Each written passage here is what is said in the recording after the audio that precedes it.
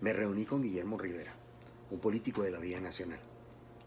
Ha sido congresista, tanto en la Cámara como en el Senado, y recientemente ministro del Interior. Tiene amplia experiencia como funcionario público y a él le he solicitado que me responda algunas preguntas frente a las características que debe tener un servidor público, cómo lograr buen gobierno, cómo hacer trabajo en equipo y cómo encarar las próximas elecciones de alcaldes en los cuales muchos funcionarios dejan de serlo a partir del 1 de diciembre porque entregan sus cargos a los nuevos alcaldes. Y aquí están las preguntas y las respuestas. Un servidor público es un ciudadano que tiene unas responsabilidades muy importantes. Está en ese cargo para preservar los derechos de los demás. Luego, las condiciones éticas de un servidor público tienen que ser realmente impecables. Es decir, un servidor público tiene que distinguir entre aquello que es bueno para los ciudadanos y aquello que es malo para los ciudadanos. Y eso también le impone tener una conducta, una vida privada impecable, porque es un ciudadano que sirve de referente, que sirve de ejemplo frente a los demás ciudadanos. De tal manera que yo diría que un servidor público debe tener claro la ética civil, que no es una ética religiosa. Desafortunadamente, nuestro discernimiento del bien y del mal tiene un origen religioso muy grande por la perspectiva confesional que tuvo el Estado colombiano hasta 1991. A partir de entonces, con la nueva Constitución, pues hemos venido hablando con resultados todavía muy incipientes de una ética civil. Y esa ética civil está fundada en garantizar los derechos de los ciudadanos, los derechos humanos. De tal manera que yo diría que un servidor público fundamentalmente debe ser un estandarte, un prohombre, una mujer excepcional en materia de ética civil. En ese orden de ideas, los servidores públicos fungen para cumplir las órdenes de un jefe en jerarquía que podría ser un alcalde, un gobernador. ¿Cómo hacer? ¿Qué características deben tener esos servidores para que sus jefes políticos sean exitosos y para que el servicio que ellos cumplen se concentre exclusivamente en función de los derechos de la ciudadanía? Algo muy similar a la respuesta anterior, pero ya sería un mensaje más directo para esos funcionarios que hoy apoyan a los alcaldes y hoy apoyan a los gobernadores y que se requiere una transformación de esos territorios que tienen tantos problemas económicos, políticos y sociales. Yo pienso que el jefe del servidor público es la ciudadanía, los derechos de la ciudadanía. Un servidor público tiene que trabajar fundamentalmente por garantizar los derechos de la ciudadanía. Y me parece que en la condición de equipo, que es el rol que juega un servidor público que está bajo la jerarquía de un alcalde o de un gobernador, lo que ese asesor, lo que ese funcionario que apoya la labor de un gobernador o de un alcalde, lo que tiene que hacer es permanentemente recordarle a su alcalde, a su gobernador, que su función es garantizar los derechos de los demás.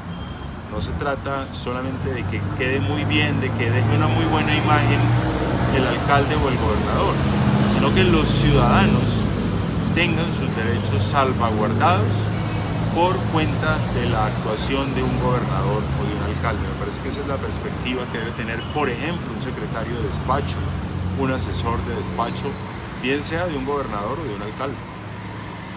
En ese orden de ideas, Colombia tiene unas regiones muy conflictivas que siguen con dinámicas difíciles, como son el Catatumbo, el Nudo de Paramillo, el sur de Bolívar, Arauca, el Caguán, el sur de Cauca, Putumayo y Nariño. Allí se necesita hacer un buen gobierno. ¿Qué recomendaciones daría usted a los servidores públicos para que sus alcaldes, sus gobernadores y ellos mismos puedan hacer un buen gobierno? Yo diría que lo primero que tiene que hacer un alcalde, un gobernador y sus equipos es ser honesto, absolutamente honesto.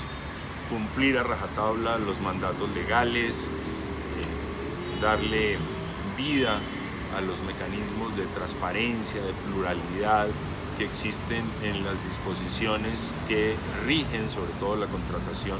En la contratación normalmente hay una fuente de corrupción enorme en las entidades nacionales, pero también en las entidades territoriales. Luego, Si un servidor quiere ser un buen gobernante, un servidor público, sobre todo un gobernador o un alcalde, tiene que ser honesto, cumplir la ley sin esguinces, sin querer favorecer a nadie en la contratación pública. Lo segundo, creo que hoy la ciudadanía demanda mucho diálogo. Un gobernante tiene que estar en diálogo permanente con la ciudadanía. Ya pasaron a la historia aquellos gobernantes que se encerraban en sus oficinas y solamente desde allí tomaban decisiones. Hoy en día las redes sociales, la interacción virtual del ciudadano con el gobernante exige que el gobernante esté en permanente contacto con la ciudadanía. Y ese permanente contacto me lleva a mí a un tercer elemento que me parece fundamental para el buen gobierno, y es rendir cuentas. Permanentemente rendirle cuentas a la ciudadanía de la gestión de gobierno. Hoy, por fortuna, las redes sociales y digamos que los instrumentos virtuales de comunicación permiten periódicamente estar rindiendo cuentas, contándole a la ciudadanía lo que se está haciendo, cómo se está haciendo, con qué recursos, de qué manera se invirtieron los recursos. Y eso, sin lugar a dudas, le da una enorme legitimidad al gobernante. Yo creo que un gobernante honesto, un gobernante que dialogue con la ciudadanía y un gobernante que rinda cuentas está llamado a pasar a la historia. Gracias, doctor Guillermo. Una última pregunta. Se aproxima un proceso electoral para escoger nuevos alcaldes, un proceso dinámico en todas las regiones. Me parece importante que quienes salen de las actuales administraciones hagan un empalme profundo con quienes llegan, para que a través de una apertura muy cercana se logren continuar con las políticas públicas.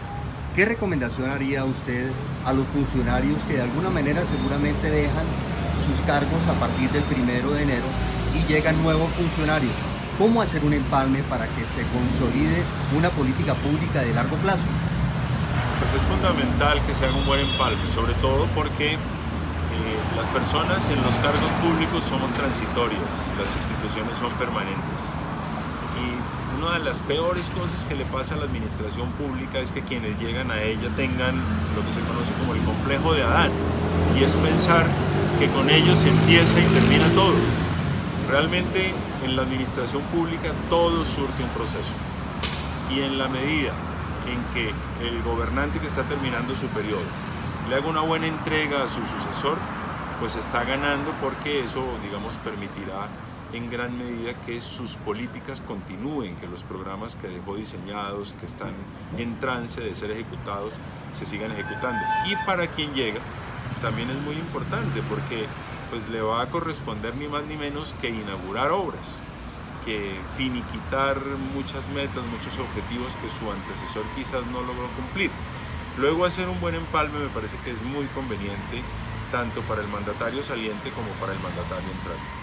Gracias. Finalmente, ahora sí, se encuentra usted frente a un grupo importante de servidores públicos que van a escuchar una recomendación, un mensaje final de un servidor público que ha tenido una gran trayectoria en el mundo de la política nacional.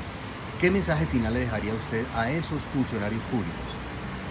Yo les diría que el servicio público es de las actividades más satisfactorias que tiene el ser humano. Yo tengo los mejores recuerdos de mi paso por el servicio público. Es normalmente ingrato, es difícil que la ciudadanía reconozca todo el esfuerzo que se hace.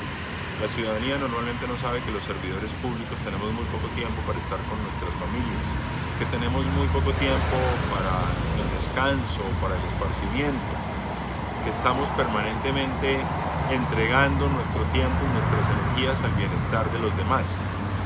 Pero no obstante que los reconocimientos sean pocos, la satisfacción del deber cumplido, la tranquilidad de haber agotado todos los esfuerzos por servirles a los ciudadanos, por garantizarles sus derechos, pues es una satisfacción que lo hace a uno muy feliz. A mí me hace muy feliz pensar en todos los esfuerzos que realicé, en todas las batallas que tuvimos que dar por que se cumplieran los objetivos, los propósitos del gobierno, y bueno, eso me da muchísima tranquilidad. Yo quiero contarles, para terminar, una experiencia en el año 2008 con un buen amigo en el Congreso, que también fue ministro, fue mi antecesor como ministro del Interior, impulsamos una ley que la gente la veía con escepticismo, que realmente nos prestaban muy poca atención. Era un momento en que el país estaba, yo diría que engolosinado con la idea de la seguridad y con los éxitos militares frente a la guerrilla, y hablar de las víctimas y de una ley que las compensara era un asunto bastante exótico. Pues de manera quijotesca empezamos esa lucha, y hoy debo decir que no hay una campaña presidencial, no hay una campaña al Congreso, no hay una campaña a la gobernación, no hay una campaña a la alcaldía, no hay una administración pública del nivel nacional o del nivel territorial que no hable de las víctimas. Pero haber llegado hasta el lugar en el que esa idea ha llegado, pues nos tuvimos que tomar una década, con paciencia, con persistencia, con consistencia. Yo creo que ese es el mensaje que hay que dejarle a los servidores públicos: defender unas ideas, unos propósitos, entregarse al servicio público y hacerlo de manera honesta. Si se hacen las cosas de manera honesta, con seguridad que los reconocimientos, temprano o tarde, llegarán. Muchas gracias, doctor Rivera. Muy amable. Mucho gusto.